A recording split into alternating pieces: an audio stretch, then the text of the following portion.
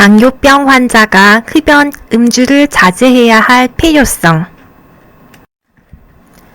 한 계피의 흡연이 1시간 이상 혈류를 감소시킵니다. 담배 연기에 포함된 니코틴과 일산화탄소 등은 말초혈관을 수축시키며 혈관벽의 내피세포를 직접적으로 손상시키고 흔히들 좋은 콜레스테롤로 알려져 있는 고밀도 지질 단백질 HDL 콜레스테롤을 감소시킵니다. 또한 만성적인 흡연은 혈압을 높이게 되는데 특히 고혈압이 있는 사람일 경우 혈압 조절을 악화시킵니다. 또한 흡연은 동맥 경화를 유발하는 가장 강력한 요인입니다. 담배에 있는 여러 가지 화학 물질은 염증 반응을 일으키고 혈소판의 응징력을 키워 혈전을 형성하며 콜레스테롤과 지방산, 염증세포를 혈관벽에 쌓이게 하여 혈관벽 내에 죽종을 형성합니다. 따라서 점차적으로 혈관벽이 좁아지고 혈류가 감소하며 혈관은 딱딱하게 경직되고 혈전 형성으로 혈관이 막히는 결과를 초래합니다. 당뇨병 환자는 원래 혈액순환이 잘 되지 않으므로 혈관이 막히거나 좁아졌을 때 생기는 합병증 발병 확률이 증가합니다. 동맥경화증은 혈관벽에 죽상경화반이라는 것이 형성되면서 혈관이 좁아지거나 막히는 현상을 말하는데 특정한 혈관이 좁아지거나 막히면 그 혈관을 통해 산소와 영양분을 공급받는 장기들이 손상을 입으면서 여러 가지 질병이 나타나게 됩니다. 예를 들어 심장에 혈류를 공급하는 혈관인 관상동맥이 좁아지거나 막힐 경우 협심증이나 심근경색이 발생하게 되며 경동맥이나 뇌혈관이 좁아지거나 막힐 경우 뇌졸중이나 일과성 허혈성 발작이 발생할 수 있습니다. 또한 다리혈관이 좁아지거나 막힐 경우 다리혈관 질환으로 인해 보행 시에 심한 통증이 나타나기도 하며 특히 당뇨병 환자에서는 당뇨발 궤양을 야기할 수 있습니다. 콩팥 안에서 노폐물을 걸러내는 미세혈관 그물이 당뇨로 인해 손상되면 소변에 단백질이 섞여 나오면서 거품이 보이는데 이것이 당뇨병성 신증의 증상입니다. 당뇨병성 신증은 진행을 늦출 수는 있어도 치료할 수는 없으며 말기 신부전으로 진행됩니다. 흡연은 말초혈관을 수축시키고 혈관벽을 손상시켜 당뇨병성 신증의 위험을 4배까지 증가시킵니다. 이미 발병한 환자의 경우는 흡연자에서 소변의 단백질 수준이 비흡연자에 비해 6배 높게 나타났습니다. 당뇨병을 오래 앓게 되면 발은 신경병증으로 감각이 둔해지고 손상되기 쉬워지고 혈액순환이 저하되어 한 번 상처가 나면 궤양으로 진행되기 쉽습니다. 특히 흡연자의 경우 혈액순환이 비흡연자보다 더 나빠져 있기 때문에 치유에 필요한 물질들이 혈관을 따라 상처에 도달하지 못해 치유가 어렵고 오래 걸리게 됩니다. 심한 경우 이러한 궤양이 괴사로 진행하거나 감염이 동반되어 하지 절단으로 이어지는 경우도 있으므로 당뇨병 환자는 자주 발을 검사하고 급연해야 합니다. 당뇨병성 망막병증은 성인에서 나타나는 실명 중 가장 흔한 원인입니다. 망막의 작은 혈관들이 약해져서 혈액 성분이 밖으로 새거나 혈관이 막혀서 영양 공급이 중단되고 더 진행되면 혈관이나 섬유성 조직이 증식해서 실명까지 올 수 있습니다. 흡연은 말초혈관을 수축시키고 혈관벽을 손상시켜 당뇨병성 망막증의 위험을 4배까지 증가시킵니다. 담배의 유해 물질은 혈액순환을 방해해 입 안을 건조하게 하면서 세균 번식을 유발하는데 이때 치주 질환 발병률을 높이게 됩니다.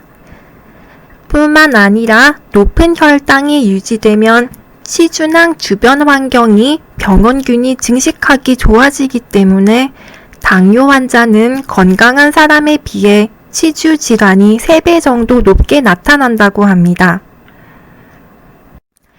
따라서 금연을 위해 자기 자신과의 외로운 싸움을 하는 것보다는 주변의 도움을 받는 것이 좋습니다. 주변 사람들에게 금연하고 있다고 말하거나 보건소나 병원이 금연 프로그램을 이용해서 금연을 실천하는 것을 권장합니다. 그리고 몸속에 축적된 니코틴을 배출하는 데에 도움을 주는 음식을 섭취하는 것이 좋은데 토마토, 복숭아, 녹차와 같은 라이코펜 성분이 도움을 줍니다. 그리고 물은 니코틴을 소변으로 배출하고 위를 보호해서 혈중 니코틴 농도를 낮춥니다. 담배가 미치는 영향을 알아보았으니 이제 술이 미치는 영향을 알아보겠습니다. 알코올은 1g당 7칼로리의 열량을 냅니다. 그래서 한두 잔의 음주만으로도 최소 100에서 200칼로리를 섭취하게 됩니다. 고열량 식품인 알코올이 체내에 들어가면 더 많은 인슐린 분비를 유도하게 되어 췌장의 베타세포에 많은 부담을 주고 인슐린 저항성을 일으켜 당뇨병 자체를 악화시키게 됩니다. 기본적으로 과실주나 곡주는 원재료인 과일과 곡류의 당분이 남아있어서 당뇨 환자에게 좋지 않습니다. 복숭아 맛, 자몽 맛 등 과일 소주는 칼로리도 높고 콜라 속의 당 함유량과 비슷한 정도의 당이 들어있으니 주의가 필요합니다. 증류주의 경우 탄수화물이 제거된 상태이기 때문에 양조주보다는 낫지만 대체적으로 알코올 함량이 높기 때문에 췌장이나 간에 무리를 줄 수 있습니다. 술을 드시면 혈당이 상승하는 것만이 아니라 저혈당에도 쉽게 빠질 수 있습니다. 간은 혈당이 낮아질 경우 간세포에 저장되어 있던 당분을 분해하거나 포도당이 아닌 다른 물질을 사용하여 포도당을 새로 만들어 혈액 속으로 방출함으로써 혈당이 저하되는 것을 막습니다. 그러나 알코올은 간이 당을 생성하는 것을 막기 때문에 심한 운동 시나 경구 혈당 강화제 복용 또는 인슐린 투여 시 저혈당이 발생할 가능성이 높아집니다. 또한 알코올은 중추신경 억제 작용이 있기 때문에 저혈당의 증상을 느끼지 못하게 됩니다. 그 이외의 술이 미치는 영향으로는 당뇨병성 신경병증, 당뇨병성 미세혈관 합병증, 동맥경화증 등이 있습니다. 알코올을 과다하게 섭취하시면 몸의 지방으로 축적됩니다. 과체중인 당뇨인이 술을 많이 마시면 고지혈증이나 동맥경화증이 유발될 수 있습니다. 간경변이나 지방간, 췌장염의 원인이 될 수도 있습니다. 심한 만성 췌장염으로 인슐린 분비가 안 돼서 평생 인슐린 주사를 맞아야 하는 경우도 있습니다. 당뇨 환자의 경우 최대한 술을 자제하는 것이 중요하지만 불가피한 상황에서는 조금 마실 수도 있습니다.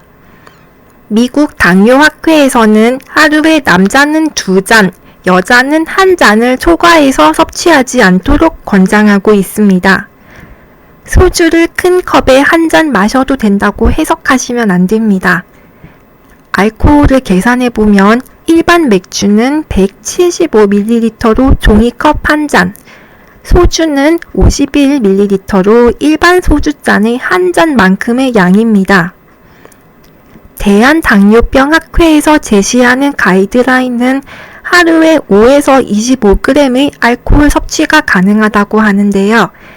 여기서 알코올 15g의 양은 맥주 한 잔 375ml 혹은 소주로는 2잔 110ml입니다. 단지 절제가 불가능하다면 처음부터 금주하시는 것이 좋습니다. 술을 마실 때는 아주 조금씩 천천히 마시고 공복 시에는 음주를 하지 말아야 합니다. 또한 안주를 선택할 때는 맵고 짜고 기름진 안주 대신에 김, 치즈, 두부, 채소, 생선 등 저열량, 저탄수화물 그리고 고단백 음식을 선택하셔서 혈당 관리를 하시기 바랍니다. 담배나 음주가 간절히 고플 때는 운동으로 이겨내면서 합병증 관리를 무사히 하시길 바랍니다. 응원합니다.